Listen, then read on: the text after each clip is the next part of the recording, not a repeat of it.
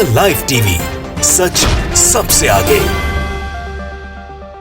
नमस्कार, the live TV आप देख रहे हैं। आपके साथ मैं हूं आदित्य कुमार। दरअसल हमास और इजराइल के बीच जो युद्ध चल रहा है उसको देखकर अब लग रहा है कि कहीं तृतीय विश्व युद्ध की ओर हम आगे तो नहीं बढ़ रहे हैं। दरअसल ये चर्चा पहले से ही हो रही थी। जिस तरीके से हमास लगातार अटैकिंग मोड में था, उसके बाद इजराइल गाजा पट्टी पर एयर स्ट्राइक कर रहा है, वो कहीं से भी मानने को तैयार नहीं है। जबकि हमास की तरफ से कहा जा रहा है कि जिन लोगों को हॉस्टेज बनाया गया हम उनको रिहा कर देंगे, बस आप गाजा पट्टी पर हमला बंद कर दीजिए। लेकिन गाजा पट्टी पर एयर स्ट्राइक रुकने का नाम नहीं ले रही है। लगातार वहां पर एयर स्ट्राइक चल रही, जिससे जो है मुसीबतें और बढ़ती चली जा रही है और संभावनाएं तृतीय विश्व युद्ध की तरफ इशारा कर रही हैं। यमन ने अमेरिका पर अटैक किया, ईरान को देख लीजिए आप, इराक को देख लीजिए, या फिर अब लेबनान की तरफ जो हिजबुल्लाह है उसको देख लीजिए, या फिर इधर आप देख सकते हैं किस तरीके से लगातार हमास पहले से ही अटैकिंग मोड में दिखाई दे रहा है। मिस्र से कई सारी खबरें निकलकर सामने आ रही हैं, तो ये इशारा कर रही है कहीं एक बड़े विश्व युद्ध की तरफ तो हम नहीं बढ़ रहे हैं। अभी एलन मस्क का भी एक बयान आया है, एक्स पर उन्होंने बातचीत करते हुए, स्पेस पर बातचीत करते हुए कहा है कहीं हम तीसरे विश्व युद्ध की ओर आगे तो नहीं बढ़ रहे हैं, कहीं आने वाले समय में समस्याएं जटिल तो नहीं होने वाली हैं। इस चीज़ का जिक्र किया गया है। तो आप देख रहे हैं किस तरीके से मामला दिन ब दिन बढ़ता चला जा रहा है। जिस मामले को ख़त्म हो जाना चाहिए वो मामला बढ़ता जा रहा है, इस वजह से क्योंकि अमेरिका लगातार समर्थन दे रहा है। अमेरिका लगातार साथ खड़ा हुआ है इजराइल के, वो चाहे सैन्य मदद हो, क्योंकि वहाँ पर अमेरिका के विदेश मंत्री ब्लिंकन भी पहुँच चुके हैं, अमेरिका के राष्ट्रपति जो बाइडन भी पहुँच चुके हैं, स्थितियों का जायजा ले चुके हैं, सारी चीजें हो रही हैं। अब टेस्ला के जो सीईओ हैं उनके तरफ से जो कुछ भी कहा गया है उससे कई सारी चीजें अब निकलकर सामने आ रही हैं। आप जानते हैं कि ट्विटर को भी खरीद लिया, ट्विटर के भी मालिक अब एक्स में परिवर्तित हो चुका है। इजराइल हमास संघर्ष के बीच एलन मस्क ने तीसरे विश्व युद्ध की चिंता जाहिर की है। बताया कि हो सकता है कि तीसरा विश्व युद्ध कहीं न छिड़ जाए। क्या क्या बातें कही हैं ये सब कुछ हम आपको बताएंगे। दरअसल टेस्ला के सीईओ मस्क ने अमेरिका से यूक्रेन के साथ शांति बनाए रखने के सामान्य संबंध फिर से शुरू करने का रास्ता निकालने के लिए भी कहा है। टेस्ला के सीईओ मस्क ने अमेरिका जो चीजें हैं उन सबको मध्यस्थता स्थापित करने की बात कही है। अगर ये नहीं होता है तो मामला गड़बड़ा सकता है। टेस्ला के सीईओ और अरबपति एलन मस्क ने इजराइल हमास संघर्ष के बीच तीसरे विश्व युद्ध की आशंका जताई है। उन्होंने कहा कि इजराइल हमास संघर्ष के कारण न केवल अमेरिका तीसरे विश्व युद्ध की ओर बढ़ रहा है, बल्कि पूरी मानव सभ्यता ही खतरे में पड़ सकती है। एलन मस्क ने अमेरिका से यूक्रेन में शांति बनाए रखने और रूस के साथ सामान्य संबंध फिर से शुरू करने का रास्ता निकालने की बात कही है। अगर ये रास्ता नहीं निकलता है, अगर इन संबंधों में फिर से वही खटास उत्पन्न होते हैं, तो फिर समस्याएं खड़ी हो जाएंगी। टेस्ला के सीईओ ने डेविड सैक्स द्वारा आयोजित विनाशकारी इजराइल हमास युद्ध के बारे में पैनल में विवेक रामास्वामी के साथ ये अपनी चर्चा में इस हिस्से को रखा कि कहीं ऐसा तो नहीं है कि हम तृतीय विश्व युद्ध की ओर बढ़ रहे हैं। स्पेसएक्स के सीईओ ने कहा कि संयुक्त राज्य अमेरिका विश्व युद्ध 3 में अपनी राह बना रहा है। उन्होंने कहा कि इसके कारण चल रहे युद्ध से पूरी सभ्यता खतरे में पड़ सकती है। यह मानव सभ्यता के लिए विनाशकारी साबित हो सकता है। मस्क ने चेतावनी दी कि अगर वैश्विक स्तर पर यह लड़ाई छिड़ती है तो एक बड़े पैमाने पर लड़ाई भी हो सकती है, जिसका खामियाजा आम जनमानस को भुगतना पड़ेगा। दरअसल आपने भी अगर ट्विटर ना कहिए, एक्स पर पोस्ट देखे होंगे, इंस्टाग्राम पर पोस्ट देखे होंगे, फेसबुक पर देखे होंगे, इवन आपने टीवी चैनल्स पर देखे होंगे। उन तस्वीरों को देखकर आप ये समझ गए होंगे कि इसमें नुकसान किसका हो रहा है। नुकसान आम जनमानस का हो रहा है। हमास की वजह से जब इजराइल पर हमला किया गया तब भी आम जनमानस को ही नुकसान पहुंचा।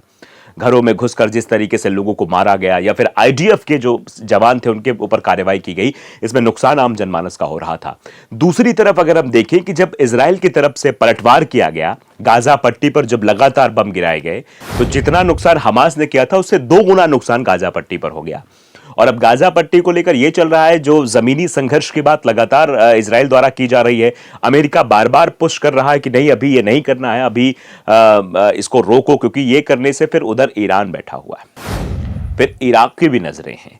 तो अगर क्योंकि हिजबुल्लाह लेबनान से संघर्ष लगातार इजराइल कर रहा है, इधर गाजा पट्टी से हमास संघर्ष कर रहा है, और हमास और हिजबुल्लाह दोनों को फंडिंग करने वाला इराक है, क्योंकि इन दोनों को चाहे वो सैन्य मदद हो, इन दोनों को चाहे सेना की ट्रेनिंग देना हो, जो ये लोग अपने लड़ाके तैयार करते हैं वो हो, या फिर इनको हथियारों की खेप पहुंचानी हो, ये सारी मदद इराक कर रहा है।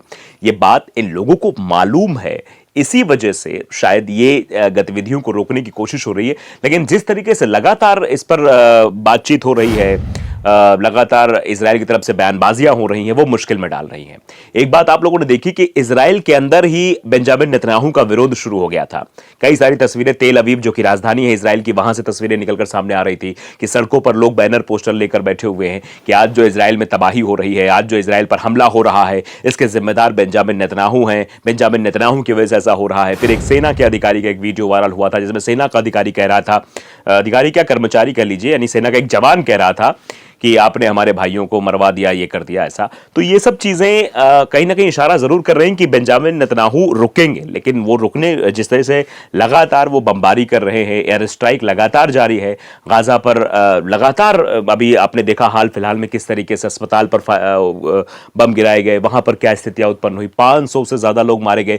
वो तो आधिकारिक आंकड़ा आपके सामने आ रहा है, बाकी उससे भी भयावह स्थिति है। और वहां बच्चे थे गाजा में, जब इजराइल की तरफ से जो हमला किया गया उसमें ज्यादातर मारे जाने वाले बच्चे थे।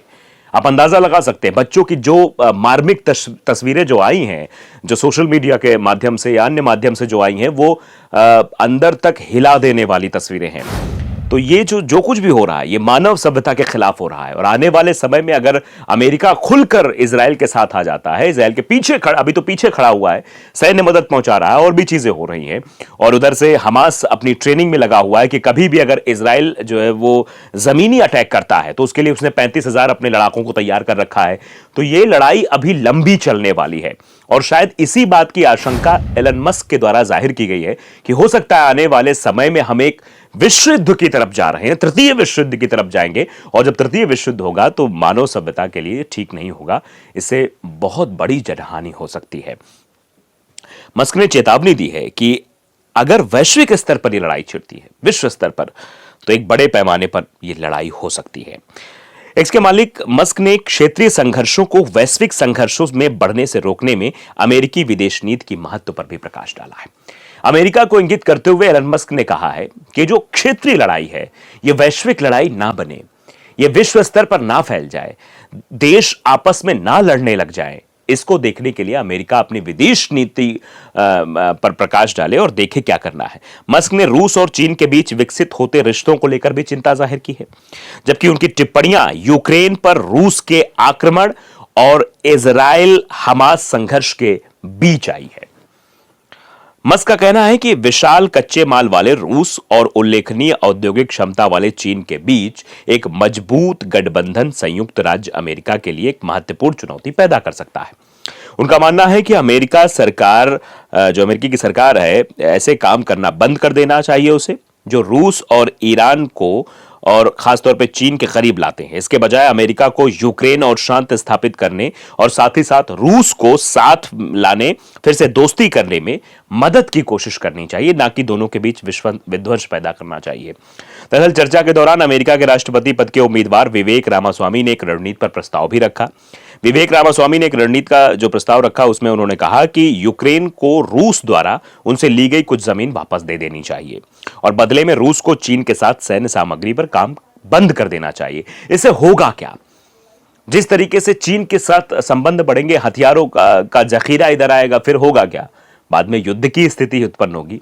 तो दरअसल ये जो एक्स पर जो चर्चा हुई, जो लगातार बातचीत हो रही थी, रामास्वामी की बात हो या फिर एलन मस्क की बात हो, उस बात पे यही था कि हम किस ओर जा रहे हैं। हम युद्ध की ओर तो नहीं जा रहे हैं।